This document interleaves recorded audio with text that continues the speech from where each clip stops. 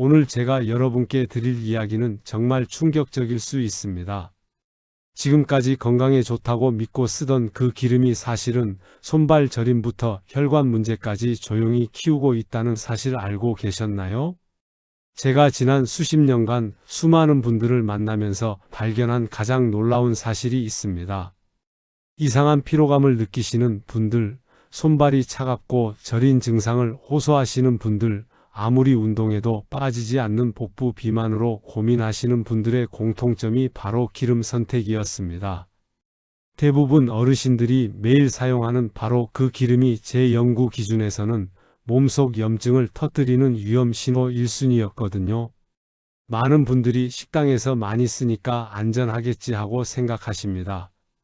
TV 광고에서도 건강에 좋다고 하니까 믿고 쓰시죠? 하지만 제가 현장에서 확인한 결과는 정반대였습니다. 그 기름들이 혈관을 막고 피를 탁하게 하고 만성 피로를 부르는 주범이었다는 거죠. 더 놀라운 건 좋은 기름을 사용하시는 분들조차 보관을 잘못해서 독소를 만들어내고 계신다는 겁니다. 냉장고에 넣어야 하는 기름을 실온에 두시거나 빛이 들어오는 곳에 보관하시면 아무리 비싼 좋은 기름도 몸에 해로운 물질로 변하게 됩니다. 오늘 이 영상에서는 절대 고온 조리에 쓰면 안 되는 위험한 기름 3가지와 반대로 약이 되는 기름 4가지를 정확하게 알려드리겠습니다. 그리고 많은 분들이 모르시는 기름 보관법의 비밀과 기름이 만드는 독소 5단계까지 모두 공개하겠습니다. 이 내용을 끝까지 보지 않으시면 가장 중요한 실천법을 놓치게 되실 겁니다. 저는 30년 넘게 염증과 지방, 그리고 자연치유를 연구해온 박재훈입니다. 여러분은 지금 어떤 기름을 사용하고 계신가요? 댓글로 알려주세요. 제 연구실을 찾아온 72세 이경희님 이야기를 먼저 들려드리겠습니다. 이분은 평생 건강하게 사셨던 분인데 최근 몇 년 사이 이상한 증상들이 나타나기 시작했어요. 아침에 일어나면 몸이 무겁고 손발이 저리고 자꾸만 피곤하다는 겁니다. 처음엔 나이 탓이라고 생각하셨대요. 그런데 제가 이분의 식단을 자세히 들여다보니까 문제가 보이더라고요. 매일 아침 국을 끓일 때도 카놀라유를 쓰시고 나물 무칠 때도 카놀라유를 쓰시고 부침개 부칠 때도 카놀라유를 쓰셨어요. 마트에서 대용량으로 사서 1년 넘게 실온에 두고 쓰신 거였죠? 이게 바로 문제였습니다. 저는 이분께 딱 한 가지만 바꿔보시라고 권했습니다. 카놀라유 대신 들기름을 냉장 보관하면서 나물 무치는 데 쓰시고 국 끓일 때는 참기름을 조금만 넣어보시라고 했죠? 그리고 부침개 같은 고온 조리에는 아보카도 오일을 쓰시라고 알려드렸습니다. 3개월 후에 이분이 다시 오셨을 때 저도 깜짝 놀랐습니다. 표정부터가 달라지셨어요. 아침에 일어날 때 개운하고 손발 저림이 거의 사라졌고 무엇보다 복부 둘레가 5cm나 줄었다고 하시더라고요. 기름 하나만 바꿨을 뿐인데 말이죠. 오늘 이 영상에서 말씀드릴 내용은 여러분의 건강관리 방식을 완전히 바꿀 수 있는 중요한 지혜입니다. 혹시 아직 구독과 좋아요를 누르지 않으셨다면 지금 바로 눌러주세요. 이 채널은 여러분의 건강한 노년을 응원합니다. 이런 중요한 정보를 더 많은 분들이 알 수 있도록 구독과 좋아요로 응원해 주시면 정말 큰 힘이 됩니다. 마지막에 나올 단 하나의 습관이 모든 것을 바꿀 수 있습니다. 뒤에 나올 기름 보관법을 모르시면 지금까지의 노력이 의미 없어질 수 있어요. 끝까지 꼭 봐주세요. 제가 30년간 현장에서 확인한 결과 기름은 단순한 조미료가 아닙니다. 우리 세포를 만들고 혈관을 흐르고 호르몬의 재료가 되는 핵심 물질이에요. 그래서 기름 선택 하나가 여러분의 염증 수치를 낮추고 혈관을 깨끗하게 하고 만성 피로를 사라지게 할 수 있습니다. 지금부터 여러분이 당장 오늘부터 실천할 수 있는 구체적인 방법들을 하나씩 알려드리겠습니다. 그렇다면 도대체 어떤 기름이 문제이고 어떤 기름이 약이 되는 걸까요? 지금부터 본격적으로 들어가 보겠습니다. 먼저 어르신들이 제일 많이 쓰시는 기름부터 말씀드려야겠습니다. 겉보기엔 멀쩡해 보이지만 고온에 닿는 순간 산패와 산화가 일어나서 몸속 염증을 폭발시키는 기름들이 있거든요. 첫 번째로 말씀드릴 건 카놀라유입니다. 많은 분들이 가장 흔하게 쓰시는 기름이죠. 마트에 가면 대용량으로 저렴하게 팔고 있고 식당에서도 많이 쓰니까 안전하다고 생각하시는데 이게 큰 오해입니다. 카놀라유는 유전자 변형 작물에서 추출되는 경우가 많고 고압으로 짜내는 과정에서 이미 산화가 시작돼요. 여기에 고온으로 조리하면 염증 물질이 폭발적으로 늘어나고 혈관 노화를 가속화시킵니다. 캐나다 맥길 대학교 연구팀이 발표한 자료를 보면 카놀라유를 장기간 섭취한 그룹에서 혈관 염증 지표가 유의미하게 높아졌다는 결과가 나왔어요. 특히 65세 이상 어르신들에게서 이 현상이 두드러지게 나타났습니다. 제가 만난 68세 박영수님은 평생 카놀라유만 쓰셨는데 최근 들어 혈압이 계속 오르고 혈관이 딱딱해진다는 진단을 받으셨어요. 저는 이분께 카놀라유 사용을 당장 중단하시라고 권했습니다. 그 대신 고온 조리가 필요할 땐 아보카도 오일을 쓰시고 무침이나 저온 조리엔 들기름을 쓰시라고 했죠. 6개월 후 이분의 혈압 수치가 정상 범위로 돌아왔습니다. 여러분도 지금 주방에 있는 카놀라유를 한번 확인해 보세요. 대용량으로 사서 몇 달째 쓰고 계신 건 아닌가요? 그렇다면 당장 교체하셔야 합니다. 두 번째는 콩기름입니다. 대두유라고도 부르죠. 이것도 많은 분들이 건강에 좋다고 생각하시는데 사실은 오메가6 지방산이 과도하게 들어있어요. 오메가6가 나쁜 건 아니지만 문제는 균형입니다. 현대인들은 이미 오메가6를 과다 섭취하고 있거든요. 서울대학교 식품영양학과 연구팀이 한국인 60대 이상을 대상으로 조사한 결과를 보면 오메가6 대 오메가3 비율이 15대 1까지 벌어진 경우가 많았습니다. 이상적인 비율은 4대 1 정도인데 말이죠. 이렇게 균형이 깨지면 만성염증이 생기고 비만이 유발되고 당뇨 위험까지 높아집니다. 74세 정미숙님은 콩기름으로 매일 볶음 요리를 해드셨는데 몸무게가 계속 늘고 혈당이 오르내리는 증상을 겪으셨어요. 저는 이분께 콩기름 대신 참기름과 들기름을 번갈아 쓰시라고 권했습니다. 특히 들기름에는 오메가3가 풍부해서 오메가6와의 균형을 맞춰주거든요. 4개월 후 이분의 체중이 4kg 줄었고 혈당 수치도 안정됐습니다. 혹시 여러분도 콩기름을 주로 쓰고 계신가요? 그렇다면 이제는 바꾸실 때가 됐습니다. 세 번째는 포도 씨유입니다. 이름만 들으면 포도에서 나왔으니까 건강에 좋을 것 같죠? 그런데 이게 함정이에요. 포도 씨유는 발연점이 생각보다 낮고 산화가 빠르게 진행됩니다. 고온에서 조리하면 트랜스 지방과 활성산소가 대량으로 생성되거든요.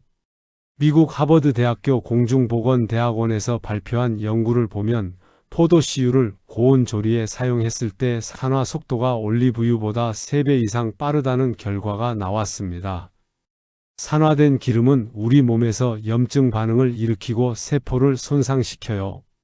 제가 상담한 70세 김순자님은 포도 씨유가 건강에 좋다는 말을 듣고 3년 동안 고온 볶음 요리에 써오셨대요. 그런데 계속 관절이 아프고 피부에 뭔가 트러블이 생기더라는 거예요. 저는 이분께 포도 씨유 사용을 중단하시고 고온 조리엔 코코넛 오일이나 아보카도 오일을 쓰시라고 했습니다. 2개월 후 이분의 관절 통증이 많이 줄어들고 피부 상태도 좋아졌어요. 여러분도 혹시 포도 씨유를 볶음이나 튀김 요리에 쓰고 계신가요? 그렇다면 오늘부터라도 바꿔보세요. 그럼 이제 반대로 몸에 약이 되는 기름들을 말씀드리겠습니다. 이 기름들은 제대로만 쓰시면 염증을 줄이고 혈관을 보호하고 심지어 체중 감량에도 도움이 됩니다. 첫 번째 약이 되는 기름은 들기름입니다. 제가 30년간 연구하면서 확신하게 된 건 한국인에게 가장 맞는 최고의 기름이 바로 들기름이라는 겁니다. 들기름에는 식물성 오메가3가 엄청나게 많이 들어있어요. 특히 알파 리놀렌산이라는 성분이 체내 염증을 빠르게 낮춰줍니다. 한국식품영양과학회에서 발표한 연구를 보면 들기름을 꾸준히 섭취한 그룹에서 혈중 염증 지표인 CRP 수치가 평균 30% 이상 감소했다는 결과가 나왔습니다. 이건 정말 놀라운 수치예요. 염증이 줄어든다는 건 혈관이 깨끗해지고 관절이 편해지고 피로가 사라진다는 뜻이거든요. 66세 한명숙님은 만성 피로와 무릎 통증으로 고생하셨는데 제가 매일 들기름 한 스푼씩 나물 무침에 넣어 드시라고 권했습니다. 단 냉장 보관하시고 생으로 드시라고 강조했죠. 3개월 후 이분은 무릎 통증이 절반 이하로 줄었고 아침에 일어날 때 몸이 가볍다고 하셨어요. 들기름은 절대 고온 조리에 쓰시면 안 됩니다. 오메가3가 열에 약해서 금방 산화되거든요. 나물 무치거나 국의 마지막에 넣거나 샐러드에 뿌려서 생으로 드시는 게 최고입니다. 두 번째는 참기름입니다. 참기름은 고소한 맛도 좋지만 오메가6와 오메가9의 균형이 잘 맞춰져 있어요. 들기름처럼 오메가3가 많진 않지만 항산화 성분인 세사몰이 풍부해서 노화를 늦추는 데 도움이 됩니다. 경북대학교 식품공학부 연구팀이 발표한 자료를 보면 참기름을 꾸준히 섭취한 그룹에서 항산화 수치가 유의미하게 높아졌다는 결과가 있습니다. 특히 60대 이상 어르신들에게 효과가 뚜렷했어요. 저는 참기름을 국 끓일 때 마지막에 조금 넣거나 나물 무칠 때 들기름과 섞어 쓰시라고 권합니다. 71세 오정환님은 참기름을 이렇게 활용하시면서 혈관 건강이 많이 좋아졌다고 하셨어요. 참기름도 가급적 냉장 보관하시되 들기름보다는 덜 민감하니까 서늘한 찬장에 두셔도 괜찮습니다. 세 번째는 엑스트라버진 올리브유입니다. 이건 이미 많은 분들이 건강에 좋다고 알고 계시죠? 올리브유는 오메가9 지방산이 풍부해서 심장과 혈관을 보호하는 데 탁월합니다. 특히 나쁜 콜레스테롤은 낮추고 좋은 콜레스테롤은 높여주는 효과가 있어요. 지중해 지역 연구를 보면 올리브유를 주로 사용하는 사람들의 심혈관 질환 발생률이 다른 지역보다 현저히 낮다는 결과가 계속 나오고 있습니다. 스페인 바르셀로나 대학교 연구팀이 70대 이상을 대상으로 10년간 추적 조사한 결과 올리브유를 매일 섭취한 그룹에서 심장질환 위험이 40% 감소했다고 합니다. 69세 최동식님은 고혈압과 콜레스테롤 수치 때문에 고민이 많으셨는데 제가 올리브유를 샐러드나 빵에 찍어 드시라고 권했습니다. 6개월 후 콜레스테롤 수치가 정상 범위로 내려왔고 혈압도 안정됐어요. 다만 올리브유도 엑스트라버진급으로 사셔야 하고 고온 조리보단 저온이나 생으로 드시는 게 좋습니다. 발연점이 그리 높지 않거든요. 네 번째는 코코넛 오일과 아보카도 오일입니다. 이 두 가지는 고온 조리에 강한 기름이에요. 발연점이 높아서 볶음이나 구이 요리에 적합합니다. 특히 아보카도 오일은 발연점이 250도 가까이 되니까 안심하고 쓸 수 있죠? 코코넛 오일은 중세 지방산이 많아서 에너지로 빠르게 전환되고 체지방으로 축적되는 비율이 낮습니다. 미국 컬럼비아 대학교 연구팀이 발표한 자료를 보면 코코넛 오일을 사용한 그룹에서 복부지방 감소 효과가 나타났다는 결과가 있어요. 73세 장윤희님은 복부 비만 때문에 고민이셨는데 제가 고온 조리에는 코코넛 오일을 쓰시라고 권했습니다.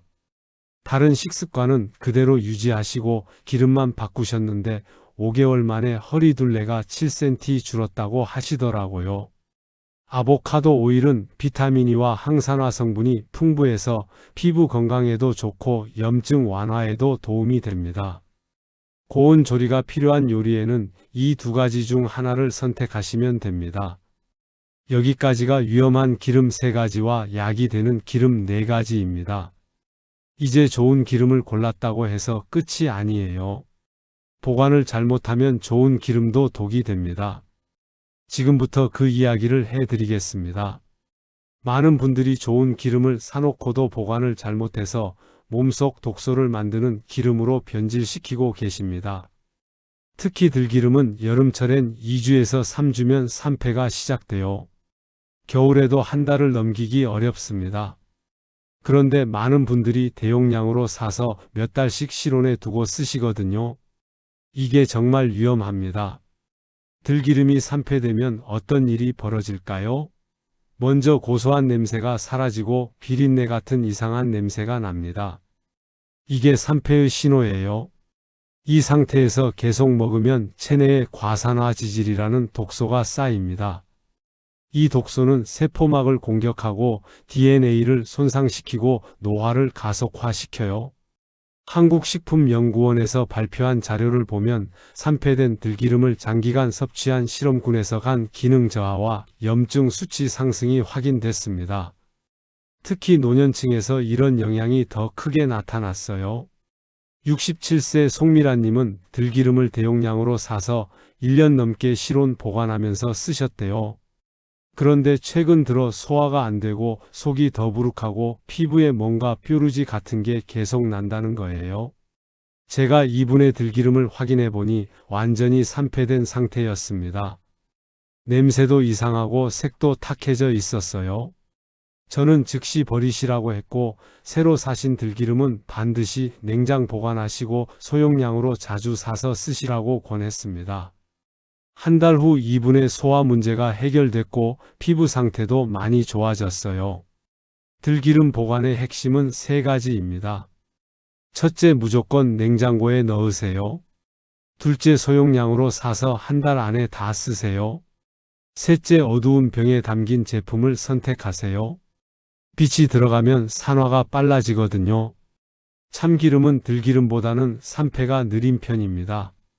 그래서 냉장고보다는 서늘한 찬장에 보관하셔도 괜찮아요. 하지만 여름철엔 가급적 냉장 보관하시는 게 좋습니다. 참기름도 오래되면 고소한 맛이 사라지고 쓴맛이 나기 시작하거든요. 여기서 많은 분들이 하시는 실수가 하나 있습니다. 들기름과 참기름을 한 병에 섞어서 보관하시는 거예요. 이러면 산패가 폭발적으로 빨라집니다. 두 기름의 산화 속도가 다르기 때문에 섞으면 들기름이 참기름까지 산패시켜버려요. 반드시 따로따로 보관하셔야 합니다. 72세 이순덕님이 바로 이런 실수를 하셨어요. 편하게 쓰려고 두 기름을 섞어놨는데 한 달도 안 돼서 이상한 냄새가 났다고 하시더라고요. 제가 따로 보관하시라고 알려드렸더니 그 후로는 문제가 없으셨습니다. 올리브유는 참기름보다도 더 보관이 쉽습니다. 실온 보관도 가능하지만 직사광선을 피하고 서늘한 곳에 두시면 됩니다. 올리브유도 산화되면 맛이 시큼해지고 향이 사라지니까 개봉 후 6개월 안에 쓰시는 게 좋아요. 코코넛 오일과 아보카도 오일은 포화지방이 많아서 산패가 가장 느립니다. 실온 보관에도 1년 이상 문제 없어요. 하지만 역시 직사광선은 피하시고 뚜껑을 잘 닫아 두셔야 합니다. 이제 제가 오랜 임상 경험을 바탕으로 정리한 독소 축적 5단계 이론을 말씀드리겠습니다. 이건 기름뿐만 아니라 음식과 습관이 만드는 몸의 변화를 단계별로 보여주는 거예요. 1단계는 양말 자국이 생기고 발이 붓는 증상입니다. 많은 분들이 이걸 그냥 나이 탓이라고 넘기시는데 사실은 체내 염증과 순환장애의 초기 신호예요. 이때 나쁜 기름을 계속 드시면 독소가 쌓이기 시작합니다. 2단계는 만성 피로와 불면입니다. 아침에 일어나도 개운하지 않고 자꾸 졸리고 밤에는 잠이 잘 안 오는 상태죠. 이건 세포 차원에서 에너지 생산이 제대로 안 되고 있다는 신호입니다. 산패된 기름이나 트랜스 지방이 세포막을 망가뜨려서 생기는 현상이에요. 70세 권영희 님이 바로 이 2단계 상태였습니다. 늘 피곤하고 밤잠을 설치는데 특별한 원인을 모르겠다고 하셨어요. 제가 식단을 점검해 보니 카놀라유와 콩기름을 주로 쓰고 계셨더라고요. 들기름과 참기름으로 바꾸고 나서 한 달 만에 수면의 질이 좋아지고 아침 기상이 편해졌다고 하셨습니다. 3단계는 각종 염증과 통증이 나타나는 단계입니다. 관절이 아프고 근육이 뻐근하고 두통이 자주 오고 소화가 안 되는 증상들이죠. 이건 체내 염증 반응이 본격화됐다는 뜻입니다. 이 단계에서 기름을 바꾸지 않으면 더 심각한 문제로 발전합니다. 4단계는 류마티스나 섬유근 육통 같은 만성 질환이 생기는 단계예요. 이때쯤 되면 몸 전체가 아프고 일상생활이 힘들어집니다. 염증이 전신으로 퍼진 상태죠. 여기서도 식습관과 기름 선택을 바꾸면 회복 가능성이 있습니다. 75세 김재수님은 4단계까지 왔었던 분입니다. 손가락 관절이 붓고 아파서 물건을 잡기도 힘들었어요. 제가 카놀라유와 포도씨유를 완전히 끊고 들기름과 올리브유 중심으로 식단을 바꾸시라고 했습니다. 6개월 후 손가락 부기가 많이 빠지고 통증도 절반 이하로 줄었어요.